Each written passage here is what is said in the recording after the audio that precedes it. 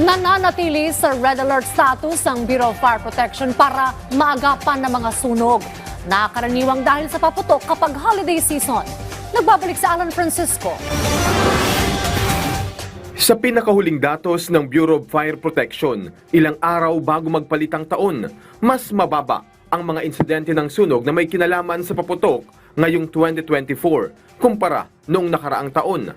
Sa programang Mike Abby Live, sinabi ni BFP spokesperson, Fire Senior Superintendent Annalie Atienza na nananatili silang naka-red alert status para hindi na tumaas pa ang firecracker-related incident. Monitoring po tayo 24/7 and ready to respond anytime. Hinimok ni Atienza ang publiko na sa halip na magpaputok, saksihan na lang ito sa mga itinalagang community firework display area para tiyak na mas ligtas. Samantala, lumalabas sa kanilang datos na electrical ignition o sunog mula sa mga kawad ng kuryente ang numero unong sanhi ng fire incident. Simula po nung nag-pandemic ay nag-lie-low dahil ang activities ng mga tao, ng mga kababayan natin ay limited din.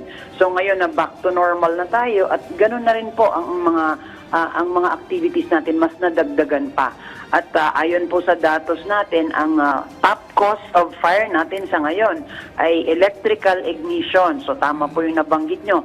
Ito po may kinalaman sa ating kuryente. Kasama na po dyan yung itong kamakailan na insidente ng sunog na accordingly sa witnesses ay dahil nga po sa Christmas lights. Kaya ang kanyang payo, ugaliing hugutin sa pagkakasaksak ang lahat ng mga appliances na hindi ginagamit.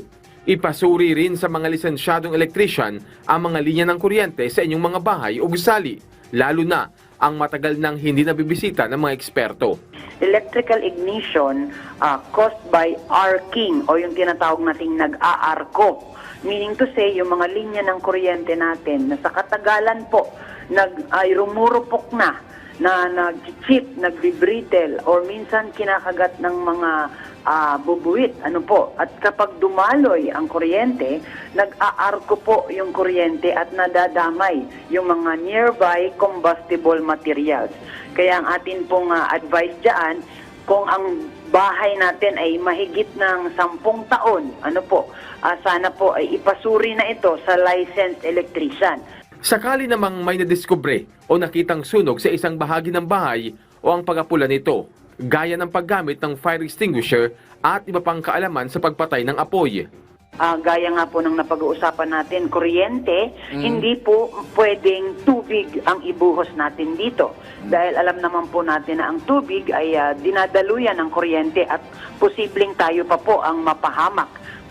So ibig pong sabihin natin, kapag tayo ay naka-witness ng ganitong insidente, itawag po right away sa 911 para agarang responde po ng ating team ang makapunta po at maapula agad.